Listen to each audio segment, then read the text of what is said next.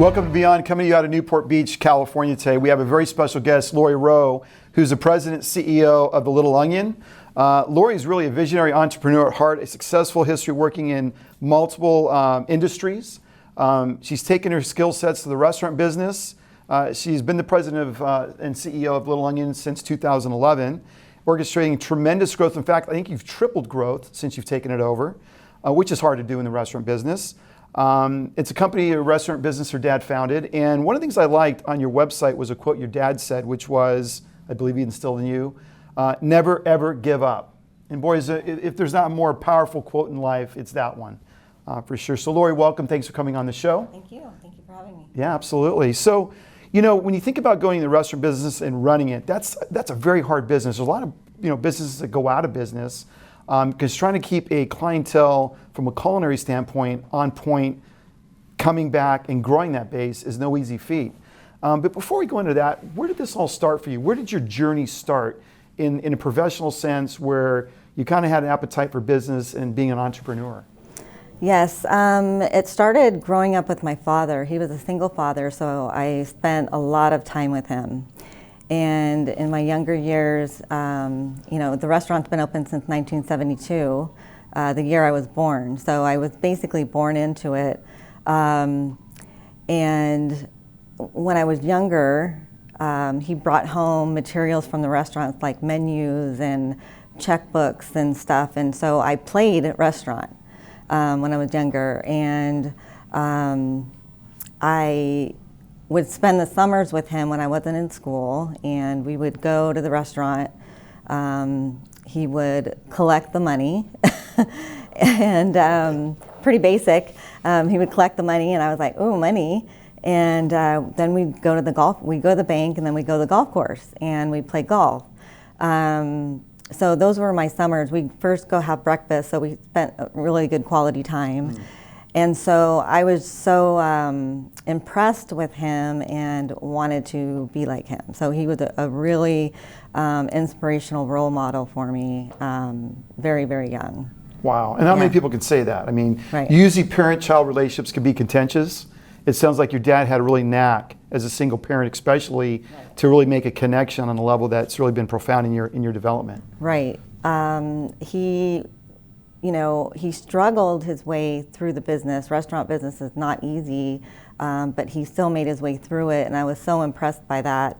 And plus, he got to golf, and that was, go to the bank, and then you go golfing. That was like, wow, I want to do that for a living. Sounds like a lifestyle company. I'm in. Sign me up. Yeah, definitely. So as you go through that process with your dad and you're being mentored, maybe indirectly at the time, because you probably didn't recognize the full force of his influence, what challenges did you experience along the way in that journey? I mean, it sounds like, hey, I'm going golfing, I have money, we have a restaurant that seems pretty simple to operate, but in that process, in your professional development, what were some of the obstacles you encountered along the way?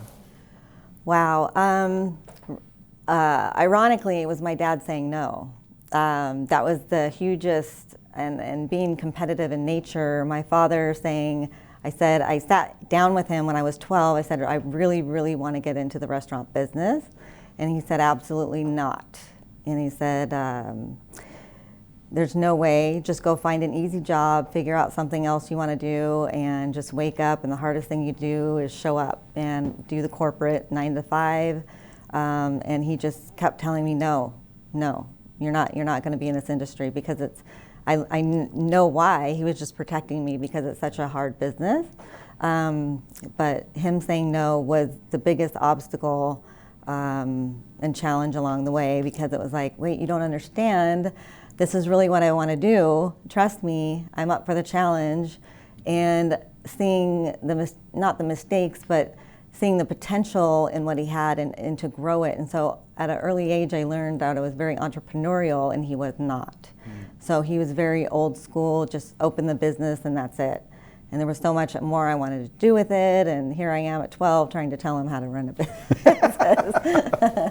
That's actually pretty impressive. So in a way, it was an obstacle saying no, but it was also probably your greatest motivator to say, I'm going to do this. So, you mentioned your dad's old school. How did his influence shape your business acumen? Because there's old school, there's your generation, your perspective, your talents.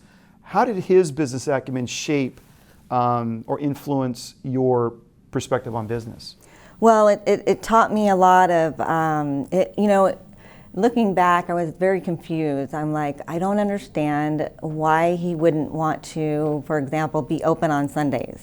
He was never open on Sundays.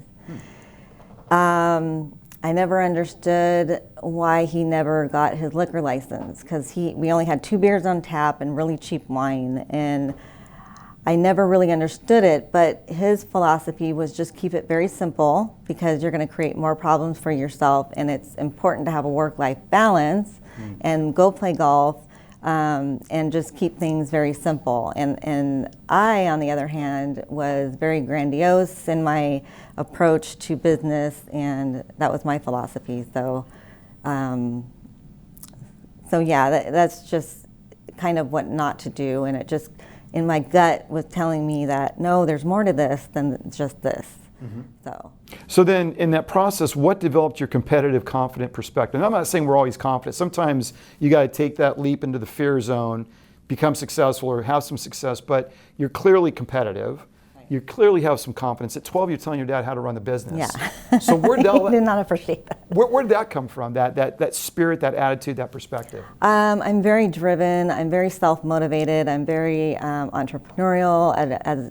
At a very young age, I played, like when I was little with my friends, we would play, here I am, 8 years old, playing like I'm living on my own in an apartment, and we would talk on these phones, and go check our mail. And then I also played restaurant. I really enjoyed. And then I saw myself as a marketing executive with my name on the door, and that was so impressive to me. So I've always been a very motivated go-getter, and my dad was just holding back. So I think that was a huge, motivation for me to keep. I didn't understand. It was just different for me. Sure. So for a while then, your dad said, no, you don't want to get into this business for any number of reasons. And so at some point you weren't in the business and you went into corporate America. So talk to us a little bit about that transition where you had the business or the restaurant experience, and then you transitioned and got corporate experience. Well,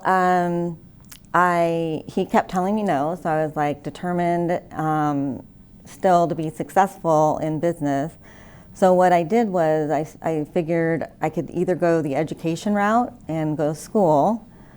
That seemed a little boring to me, and just sit in the classroom for somebody for 2 hours and telling me what to do. I'm just not the type to take instruction well, and it was just kind of boring. Or go out there and get real life experience, which I did. I started off as a receptionist at a law firm. I went into pharmaceuticals, of which I really was interested in at the time. Quality assurance, quality control, inspecting the products for batch expiration dates, releasing products. That was phenomenal. So then I had another job at another pharmaceutical company doing the same thing, writing a lot of standard operating procedures. And then I said, and I wanted to get into regulatory affairs at the time, I thought. And then I said, or marketing for pharmaceuticals. I was like, wow, they make a lot of money. Obviously, I'm very motivated by money. So then the marketing manager, director at the time at the pharmaceutical company said, no, you need to go to college. That the paper shows you've accomplished something. And I was like, all right, well, that's still not going to happen. So I decided to go into a different industry, a business sector, with electronics distribution. So I managed almost $1 billion worth of inventory in electronics. I bought the product, I was in purchasing, and then also marketing management with the funds. We distributed HP and to Sam's Club and Costco. They were our biggest clients. They were 90% of our revenue was based on shipment of all their product. So I learned a lot about business. That was a medium size. There was about 100 people in that company, and I worked my way up from purchasing and then purchasing manager. And so then I said, after that, I ended up moving and I went into commercial real estate for a little bit. And then I thought, well, what do I want to do now? And it's just a lot of intuitive listening to my gut and what I desired. And then at the time I went to, where did I go? Purchasing manager for an interior design firm. I love interior design. I then went to marketing manager for a clothing company because I like clothes, and I'm just finding myself along the way, and I'm doing these little things. So it really taught me how to interact with all levels of executives and people within the business corporate structure. But then it made me realize that I loved the 9 to 5 and weekends off. That worked well for me with my situation as a single mom. But I did not like the meetings, the redundancy of meetings. Right. In corporate America, they were just a lot of waste of time, and I don't sit still for long periods of time to sit and listen to people talk about ideas when we could be working and making things happen. Right, so right. it just went against my go-getting, and it was a lot of red flags or not red flags, but what do you call it when there's red tape, trying to get across that. So. Yeah, you had the big scissors, you cut it, and you decided to go somewhere else. So it sounds like all these roles really prepared you for the Little Onion in different ways. Yes. I mean, quality control, SOPs, that's a part of running a restaurant or part of getting alcohol license. There's a lot of things you got to manage. You got some financial expertise, you got some marketing expertise. And even though it sounds like that your dad had tremendous influence and gave you a hunger for the restaurant business, no pun intended, but you had the ability to get some other experiences that sort of rounded out some of those skill sets. So take the audience back a little bit. Again, I go back to running a restaurant. What's the biggest challenge of running a restaurant and growing? I mean, you tripled the profits. Right. That is hard to do when you get people, the general public that come in, have your food and have strong opinions. You got Yelp that is a restaurant killer. Yes. Yelp is a business killer, right? So how did you balance that and grow the business and actually grow your clientele? Well, lucky for me in my situation, my father started it in '72, so I had 30-something years of a following, of a regular base of customers that would come in on a regular basis.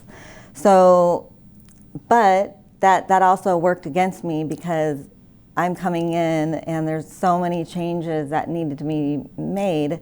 One of our earliest Yelp reviews was, well, this is a great dive place. And I'm like, I am not going to be a dive. My dad does not deserve to have a dive establishment.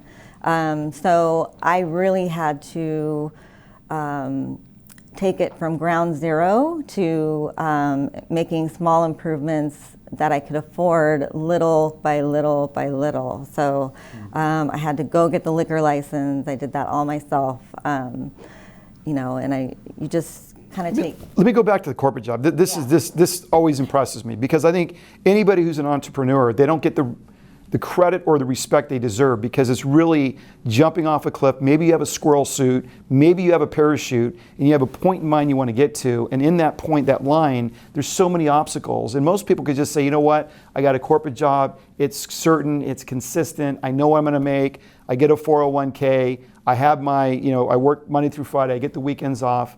But yet you made that jump into the uncertainty. So when you're in the corporate phase, was it so bad that you said, I'll take that jump in the restaurant business? Or was it like calculated where you say, I've had my fill of this, I don't like meetings, I don't like the red tape, I really need to go do this next thing, and I'm willing to take that risk that's associated. I mean, you're a single mom. Yes. Well, I got a call right after the last recession. I did get a call, and I was in corporate America and getting my undergraduate degree, trying to, once again, I've revisited it 4 different times in my life. But because academics I do have a fond respect for, but my dad asked me to come back, and he was losing money during the recession. And he has no marketing, does not believe in advertising. He's like, his philosophy is, hey, if they want to come back, they'll come back. Great food, great service, keep it basic, keep it simple, sell on volume, keep prices low. And that's all good to a certain point. But from my experience in corporate America, product launches and marketing, you got to spend a little money to make a little money. And he didn't understand that concept or believe in it. So to take the leap, I had thought about it, and I made a very calculated decision to do it.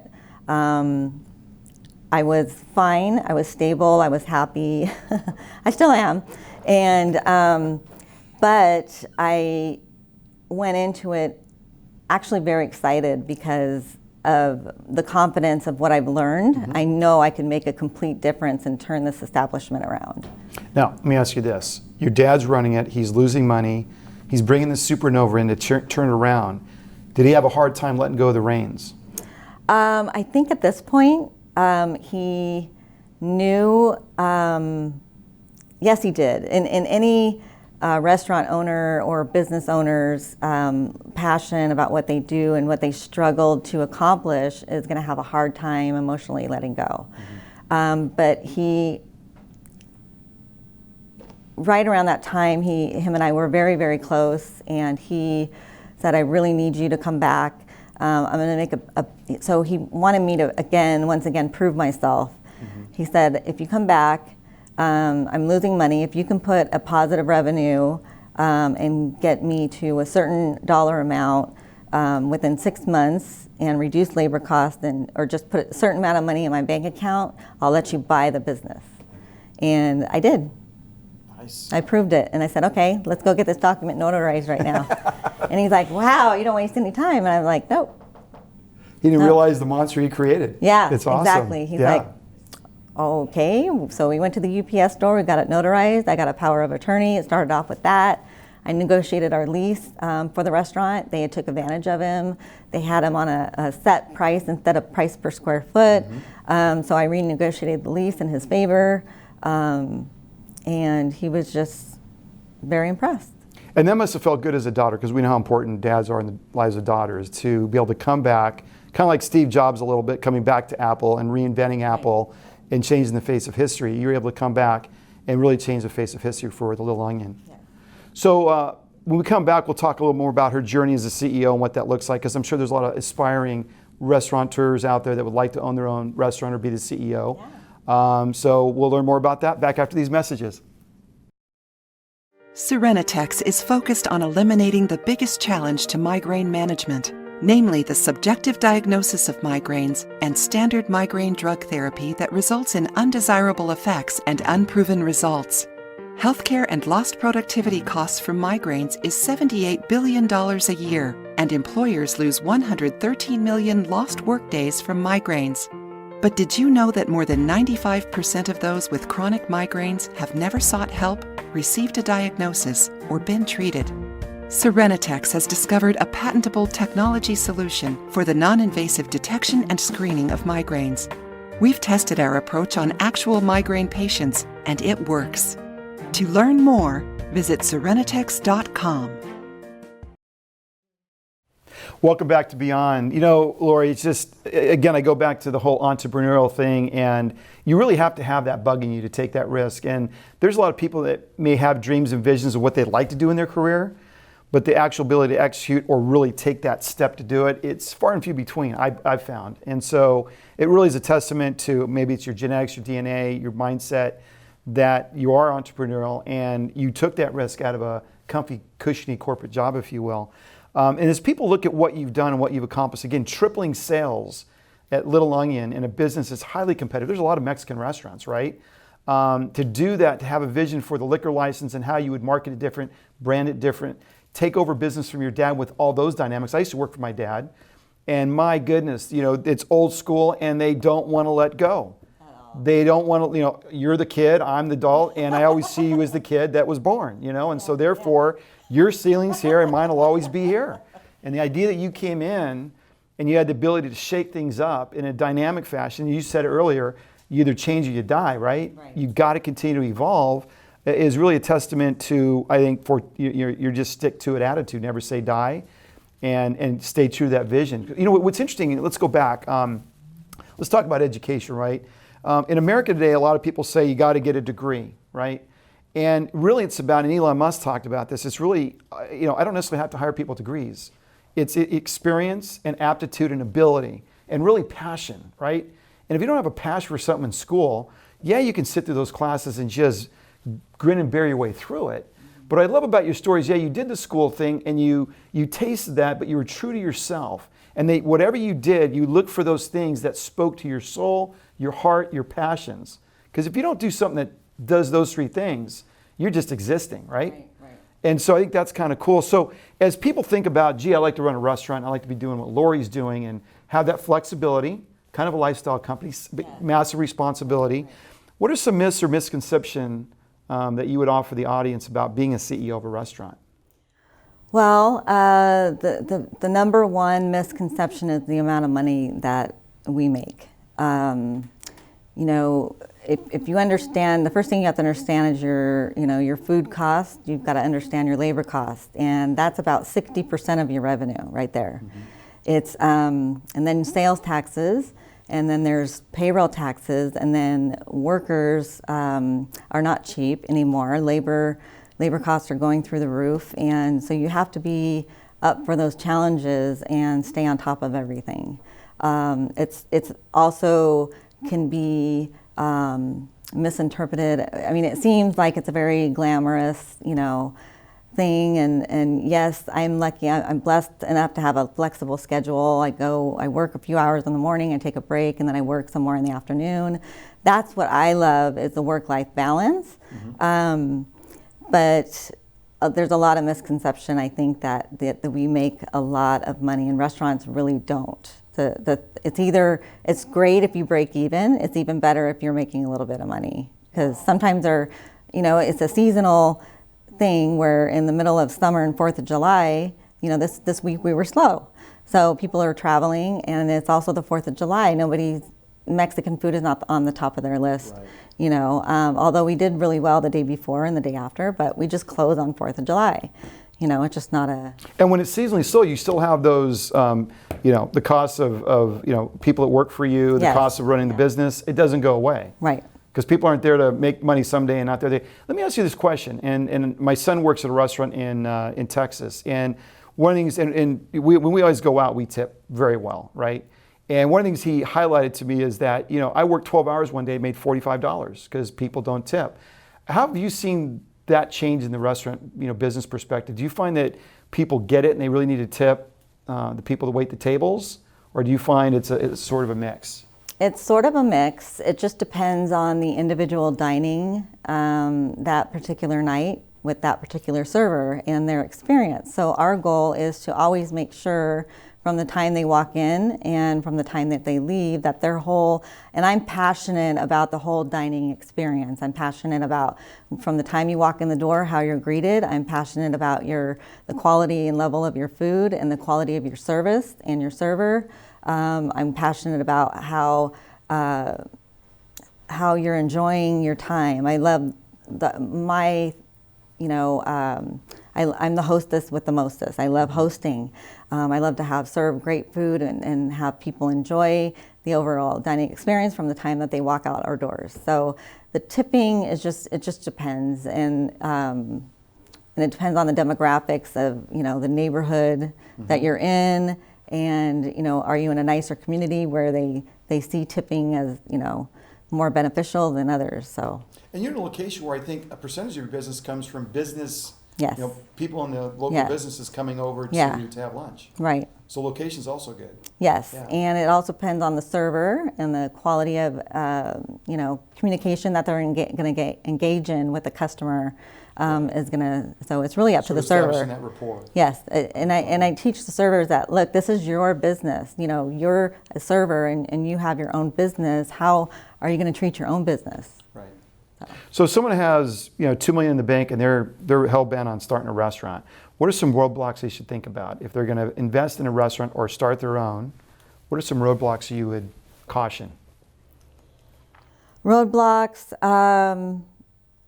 Cash flow, and they're going to endure a high level of stress. So those two are, they've got to consider cash flow and be very careful about what you spend your money on.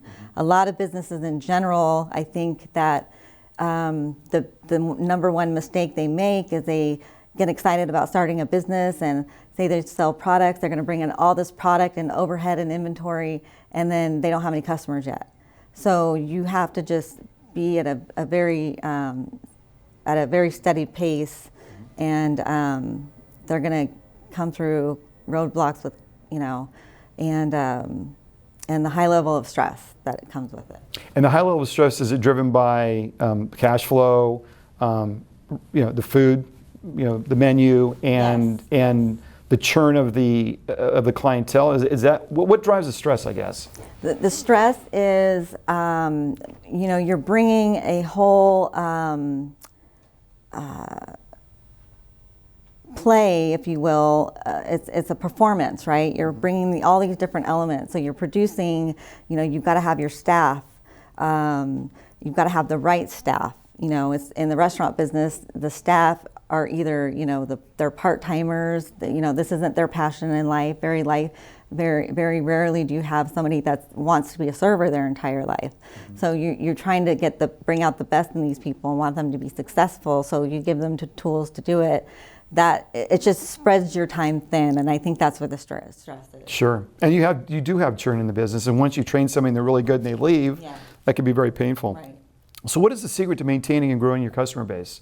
Is the employees, actually. And the employees are what in any business is what makes it happen, and customer service is the number one, I think, thing businesses should do, and what separates them from everybody else is customer service.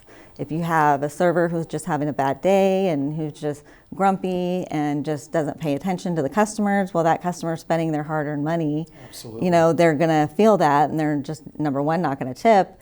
And it's how the owner treats the employees and empowers them, my philosophy is I want to set my employees up for success, not failure. So you train them as much as possible, and you give them as much advice as possible, and find out what work-life balance is for them. So you don't schedule them too much, and Burn 'em out. so yeah. So there's something interesting that happened over Christmas, and this is apparently an annual thing where you actually buy gifts for your employees, and you have a special night where you really honor and recognize people that have really grown your business. Yes.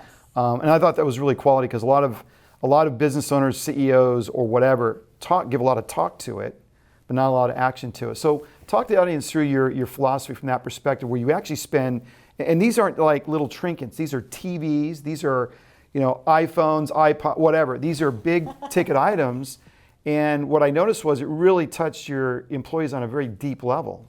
So talk to the audience about how that started and what does that mean to the work base or workforce there. Well, the employees, they come to work every day. This is their job. They go home to their friends and family, and they work hard and they have fun. And I want to show a sincere appreciation for what they do. And that is also what creates, the happy place to work, because that's what people do in life. We go home to our friends and family, and then we work. So you should enjoy where you work. And not a lot of restaurants, especially corporate restaurants, have that same philosophy. So it's important for me to give back, and I like to spoil, and I overdo it, but they work hard. They work hard, and they represent my brand extremely well, and they deserve to be appreciated for it. That's awesome. So you started in 2011, you put on the title of CEO President of the Little Onion, and from 2011 to 2019, how has your management style changed and emerged or evolved? I have delegated. I went from spending 12 to 16-hour days at the restaurant from open to close. I served, I did my time, I hostessed, I bartended, I managed the restaurant, I was the executive chef.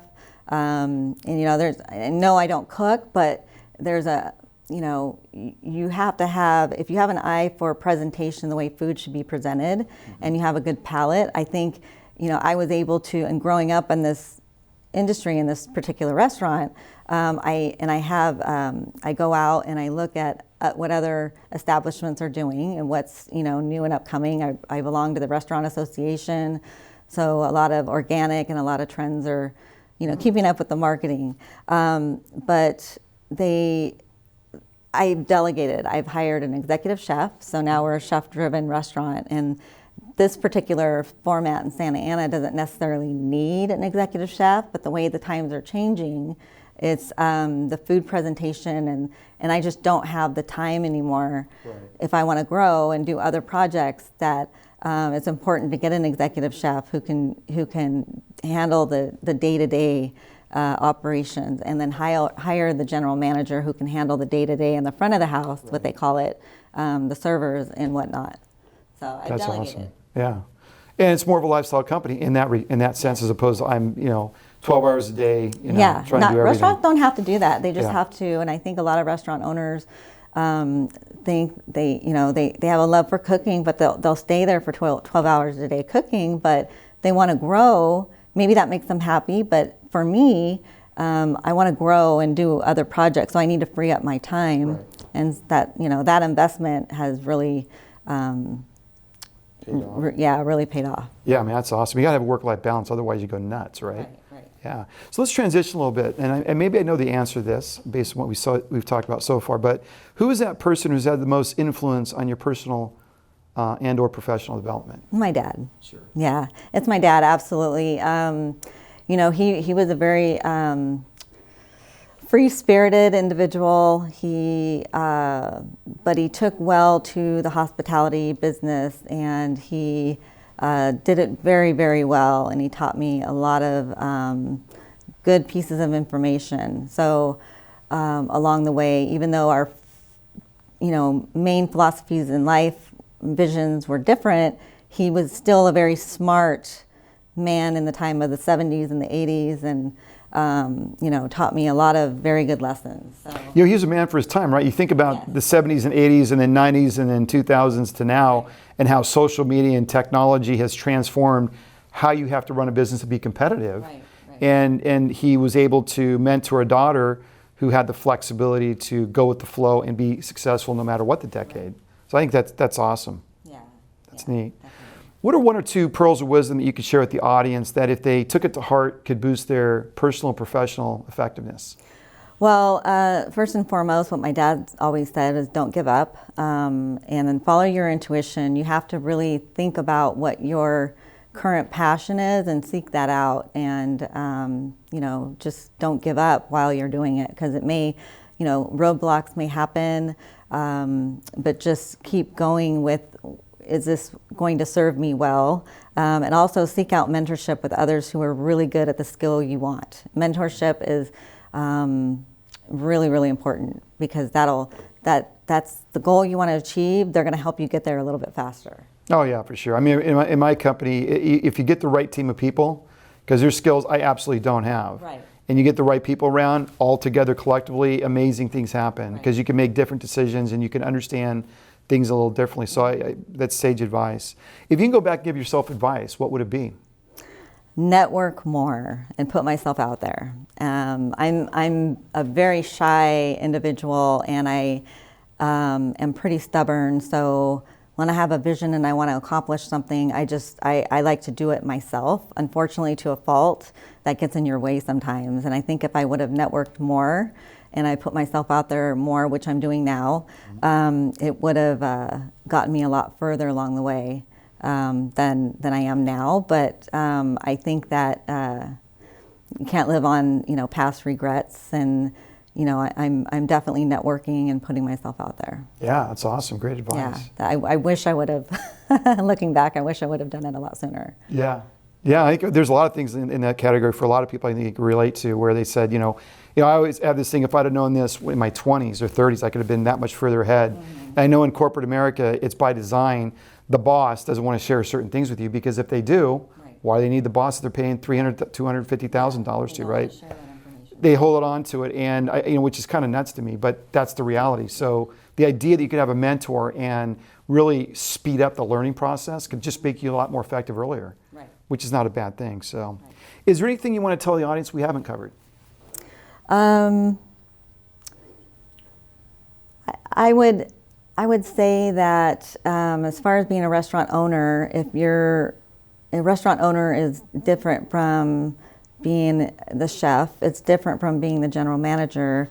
It's, looking over the overall umbrella of owning a restaurant. So all those factors keep my mind and, busy.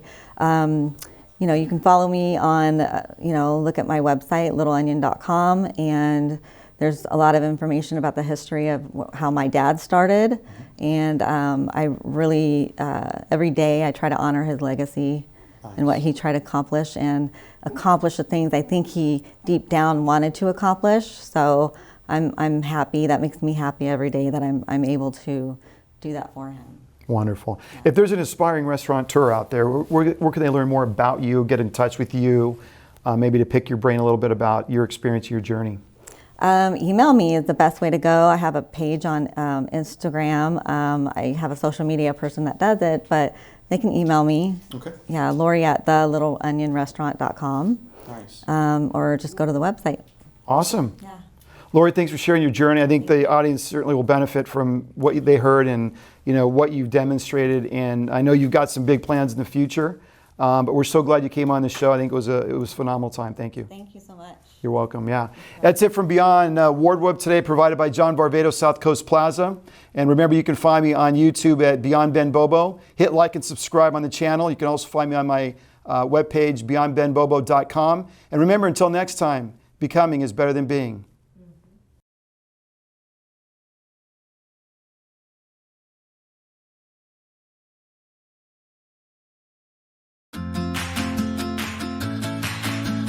When we founded Stradling in 1975, we made a commitment to helping our clients to succeed and create opportunities for business growth throughout California and beyond.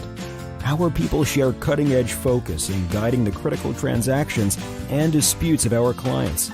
And we've developed a deep bench of contacts and resources to get the job done. As trusted advisors to technology, life science, software, and medical device companies, we've invested in building our expertise, developing the best of legal talent, and the readiness to serve the business community.